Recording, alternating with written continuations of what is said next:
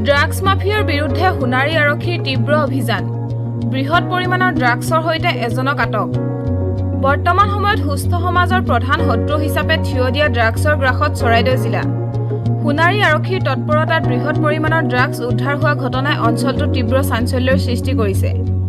উল্লেখযোগ্য যে ইয়াৰ আঁৰত জড়িত চক্ৰটো উৎখাত কৰিবলৈ আৰক্ষীয়ে চলোৱা অভিযানত ইতিমধ্যে বহু নতুন তথ্য পোহৰলৈ আহিছে চৰাইদেউ আৰক্ষী অধীক্ষক সুৰজিৎ পানেশ্বৰ নিৰ্দেশ মৰ্মে ডিএছপি ডিম্পল কুমাৰ মৰল লীলা বৰা আৰু সোণাৰী থানাৰ ভাৰপ্ৰাপ্ত আৰক্ষী চৰণ চেতিয়াৰ অভিযানত সোণাৰী হাতীপুখুৰী যুৱক অৰুণ বৰুৱাক নিষিদ্ধ ড্ৰাগছ ব্যৱসায়ৰ লগত জড়িত থকাৰ অভিযোগত আৰক্ষীয়ে নজবকা কানুবাৰী পথৰ দিয়কনৈ দলঙৰ সমীপত আটক কৰাৰ লগতে বৃহৎ পৰিমাণৰ নিষিদ্ধ ড্ৰাগছ উদ্ধাৰ কৰাৰ উপৰিও এখন মটৰচাইকেল আৰু এটা মোবাইল ফোন জব্দ কৰে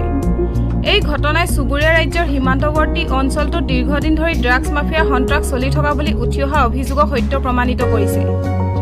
ৰাজ্যৰ মুখ্যমন্ত্ৰীগৰাকীৰ নিষিদ্ধ ড্ৰাগছ বিৰোধী কঠোৰ স্থিতিৰ সমান্তৰালভাৱে সোণাৰী আৰক্ষীৰ এই সফল অভিযান চৰাইদেউ জিলাৰ ড্ৰাগছ মাফিয়াৰ বাবে সংশয়ৰ কাৰণ হৈ উঠিব সেয়া নিশ্চিত চৰাইদেউৰ পৰা Ratul Gogoi report any voice আমি মানে ঘৰৰ পৰা আহি আছিলোঁ তাৰপৰা ইয়াতে দেখিছোঁ